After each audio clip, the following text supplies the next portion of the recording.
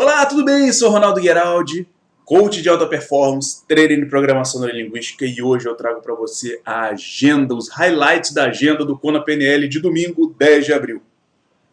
Preste atenção nessa palestra que está liberada o dia inteiro. Jeff Zeig. O tema é hipnose ericksoniana, claro, não poderia ser diferente. O Zeig, ele foi um dos pupilos, ele estudou diretamente com o Milton Erickson, ele morou na casa do Milton Erickson. E ele hoje é considerado a maior autoridade de hipnose ericksoniana no mundo. Logicamente, o tema é isso, hipnose ericksoniana. E é bem interessante que Erickson foi um dos modelados da PNL. Por isso tem tanta semelhança. Tem muitas pessoas que falam PNL e hipnose é uma redundância, porque eles são a mesma coisa. Eu tendo a discordar, exatamente porque as pessoas falam que PNL e coach é a mesma coisa. Eu achava isso também, até me abrir os olhos, assim, conhecer cada vez mais coaches que eles aplicam técnicas, ferramentas sem utilizar a PNL. Eles aplicam técnicas sem o background, sem a epistemologia da programação neurolinguística. Tá tudo bem, cada um tem seu método, né? Eu particularmente achava que PNL e coach era a mesma coisa e eu já percebi que não. Como PNL e hipnose não são a mesma coisa. Tem gente que faz PNL sem hipnose, sem o transe leve, sem aprofundar o transe. Mas tudo bem também, tudo bem. Cada um aborda seu estilo, até que o Jeff Zeig ele gosta muito de... Ele é uma das pessoas que ele distingue bem essa diferença. Não sei se por segmentação de mercado, por posicionamento, porque, na verdade, ele nunca fala em PNL, ele fala sempre em hipnose ericksoniana e Erickson foi um dos modelados da PNL. Sempre lembrando isso.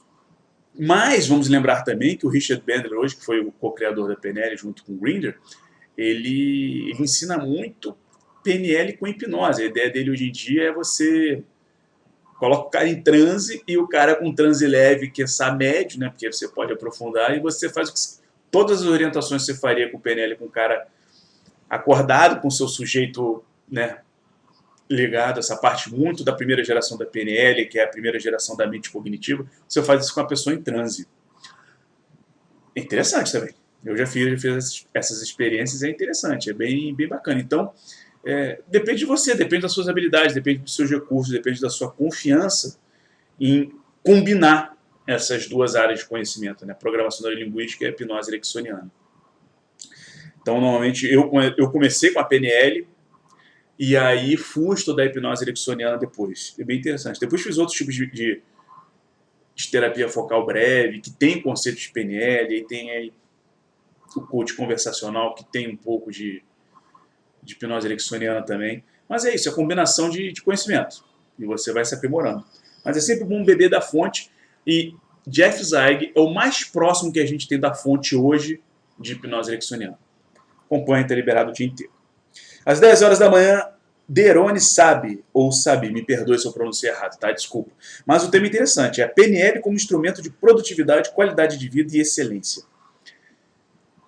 Eu já falei no vídeo passado, né, e reforço. Eu vejo a PNL como... A minha lente de mundo, ela está muito influenciada pela programação neurolinguística. E a programação neurolinguística surgiu para estudar sucesso, para estudar talento. E o que eu acho mais fantástico é a habilidade do programador neurolinguístico em aplicar seu conhecimento em um contexto específico. Por exemplo, você aplicar PNL para esporte, para atletas, para alta performance, certo? E aí você fala assim, cara, eu vou trabalhar com o executivo. O executivo também ele quer vencer no mercado dele, que o mercado empresarial é extremamente competitivo. Então você vai utilizar não necessariamente as mesmas técnicas, mas você vai aplicar PNL também para alta performance, mas não mais no tatame, nas pistas de atletismo, ou nas piscinas de natação, ou waterpolo, ou saltos, ou o que vier. Você vai utilizar a PNL para alta performance no contexto específico do mundo organizacional. Então essa habilidade de você utilizar as técnicas de forma correta e apresentar os resultados específicos num contexto certo, eu acho que é uma finalidade fantástica da PNL. Então, assim, quais são as ferramentas? E você pode aplicar. Porque, veja bem, o que eu acho bem interessante, assim, abrindo o jogo aqui, eu já fiz algumas formações, eu pesquiso bastante, e eu vejo que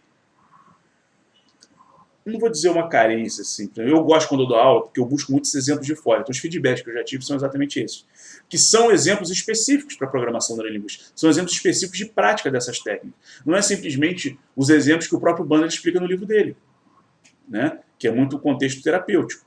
Então, você ampliar essas ferramentas da PNL para as outras áreas, como produtividade, qualidade de vida tem o quê de contexto terapêutico? Mas não necessariamente. Mas produtividade sim, é muito diferente. Aqui o outro tema dela que é excelência. A excelência é o cerne da programação neurolinguística. Cara, era o que o Bandler e o Greenidge queriam entender, né? Entender talento, sucesso, excelência.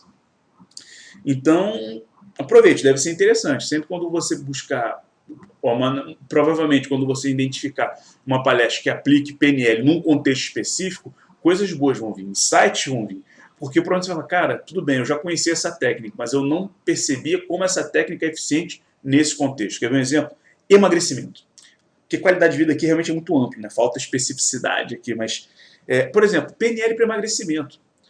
Eu já li alguns livros, principalmente em inglês, no Brasil eu não vi muitos não, mas até cheguei a trabalhar também com o PNL no emagrecimento, que é simplesmente adaptação de técnicas de programação neurolinguística para esse contexto de dieta. Você vai ver, tem lá o switch, tem lá um tipo de círculo de excelência, tem lá uma grande aplicação sobre modalidades, mas para um contexto específico de saúde e emagrecimento. Então é muito interessante. Quando você tem essa sacada, quando você vira essa chave na sua cabeça, você percebe o universo de possibilidades da PNL. Realmente, muito. Tem muita aplicação, né? Vamos agora para a palestra das 2 horas da tarde. É um sobrenome que eu não sei pronunciar, não. É Roberto Václav.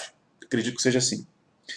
E o tema é interessantíssimo. É comunicação e expressões faciais. Descubra como você se comunica.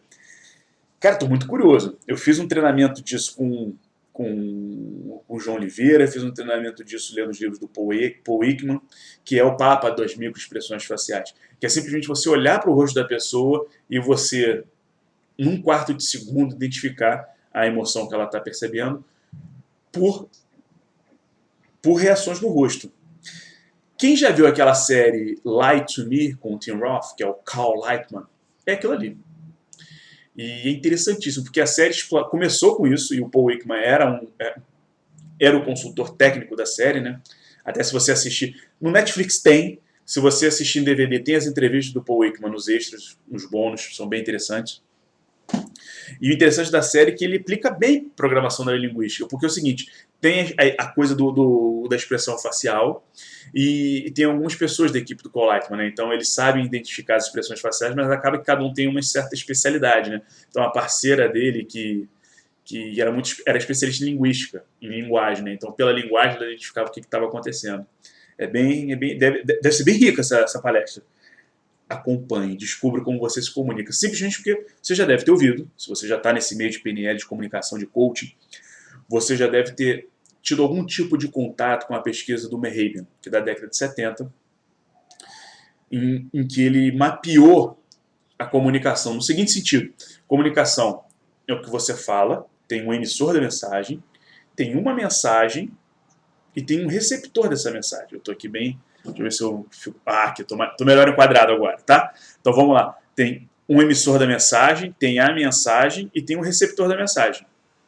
E aí o Mehrabian estudou o seguinte: eu quero saber o seguinte, o emissor dessa mensagem, eu quero entender o que esse receptor entendeu da mensagem. E o resultado é fantástico. O resultado é o seguinte: 55% do que o emissor entendeu dessa mensagem dependia do que ele via.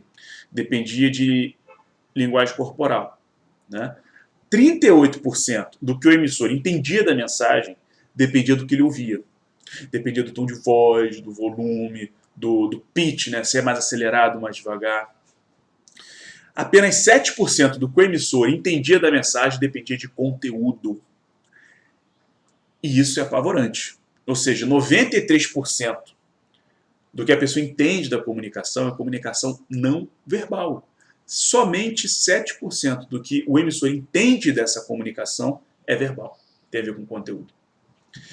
Na prática é o seguinte, não fale nada muito importante por e-mail, eu aprendi da pior maneira, né? Pergunta como eu sei disso. Trocava muitos e-mails e as pessoas não entendiam exatamente o que eu queria dizer e eu lia, relia os e-mails e explicaram alguma coisa está muito errada, né? Então a melhor forma é telefone. Telefone você tem 38% e 7%. Então você tem um percentual mais, tem 45% da mensagem, né? Se você está presencialmente, você tem os 100%. Você tem os 55% do visual, 38% auditivo e 7% do conteúdo. A palestra das 4 horas da tarde, Milene Vargas. Como desenvolver a autoconfiança para uma mulher se posicionar como líder? Bem, isso aqui ela está bem específica. Está bem específica, né? O público-alvo dela é uma mulher que quer se posicionar líder de mercado. Mas se você for homem, talvez aprenda alguma coisa nessa palestra também, né? Me veio aqui a cabeça aquele filme do Mel Gibson, né? Como as mulheres pensam, que ele ouvia como as mulheres pensam. Então, deve ser interessante, porque as dicas que a Milene deve dar para a mulher, de repente você pode aplicar para um líder também, não necessariamente só mulher. Acho que vale a pena.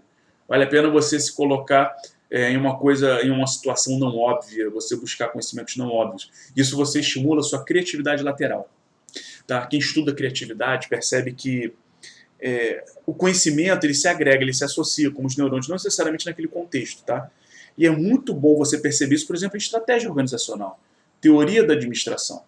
Quando você vê empresas que envolvem pessoas, eles se beneficiam de outras áreas de conhecimento. Naquele livro O Safari da Estratégia, do Henry Mintzberg e outros 2 autores que eu não me lembro agora, o Mintzberg é o expoente desse trio de autores, o Safari de Estratégia mostra exatamente isso. Como outras áreas do conhecimento influenciaram a estratégia. É um safari estratégico porque é quase assim, tem animal de tudo que é tipo aqui. Então você tem a teoria biológica, você tem a teoria ambiental, você tem até... Tem teorias mais de matemática, inclusive, são os estruturalistas, né? Que eles falam que tem que ter sempre uma sequência lógica para acontecer aquilo. Então, é bem interessante você se expor a conhecimentos que não estão no seu padrão. Aí, como é que funciona na cabeça também, né? Às vezes, no ano passado, o Vitor Ribeiro, que é especialista em aprendizagem, ele falou isso, mas uma coisa que eu já vi na prática também, que é você... Antes de você fazer o que você deve fazer, você se planeja para aquilo que você quer. O que eu quero dizer com isso? Eu vou estudar, tá? E eu vou estudar para concurso, sei lá, direito tributário. E aí eu falo, cara, direito tributário, eu quero saber os tópicos que eu vou aprender. Então, antes de você estudar, você já faz o seu sistema de ativação reticular, disparar e assim, eu quero aprender esses tópicos aqui. Você já lista. E aí você vai estudar. É como se a sua mente, quando já está pré-planejada, pré-preparada, é uma redundância, mas quando de antemão você se planeja para aquilo que você quer aprender, é como se sua mente fosse olhando e falasse assim, isso aqui presta, isso aqui não presta, isso aqui não presta, isso aqui presta, o que é? Não presta, isso aqui presta, o que é? Não presta, presta, o que é? É como se ela redobrasse a atenção e ela fosse vendo o que é mais importante para combinar com aquilo que você já preparou. Isso é muito bom você vai estudar qualquer coisa, você pega o índice do livro, né? Você fala, cara, o que eu quero tirar desse livro? Tal tópico, beleza. Vai no índice, vê e fala, pô, esses tópicos são interessantes. Você pode ir direto neles ou você vai ler. Provavelmente você vai prestar mais atenção naquilo que tem mais interesse com aquilo que você quer descobrir. Né? E quando você faz isso num cenário, de repente, não necessariamente aquele comum que você ia descobrir isso, por exemplo, eu quero dicas de liderança. Se você é homem, eu quero dicas de liderança. Você vai assistir uma palestra de liderança de mulher, provavelmente você vai assistir e ter alguns momentos e olhar, caramba, isso faz sentido para mim, inclusive. Não que eu seja mulher, claro que não, mas você vai fazer algum tipo de associação. É quase que um exercício de posições perceptuais. Você vai sair da sua primeira posição perceptual e você consegue se inserir numa segunda posição perceptual e, quiçá, numa terceira posição perceptual para ver o todo. E aí você tem alguns insights, você faz algumas associações de ideias, tá? E vamos lá agora, 18 horas, Márcia Luz. Desperte seu poder interior. Com um tema desse, de cara eu lembro de Anthony Robbins. E Anthony Robbins merece você prestar atenção. Então eu acho que só pelo tema já despertou interesse. Provavelmente vai citar alguma coisa de Anthony Robbins, do livro dele, Desperte seu gigante interior. Porque um dos pressupostos da programação neurolinguística extremamente valiosos é que todos os recursos necessários para promover qualquer tipo de mudança já está dentro de você. Os recursos estão aqui. Você só precisa descobrir, acordar esse gigante adormecido. Né? Então, são técnicas para chegar aí nesse ponto. Bem interessante. E Michael Ribeiro, na palestra das 8 horas da noite, Michael Ribeiro, A ciência do pensamento, separando vencedores de perdedores. A ciência do pensamento. Cara, isso aqui vai no cerne. Assim, PNL é um grande exercício de metacognição. O que eu quero dizer com isso? A meta é como se fosse acima, né? Acabei de citar a posição perceptual, então a posição perceptual é como se não fosse primeira posição, segunda posição e terceira posição, né? Dependente do lado você vê o todo.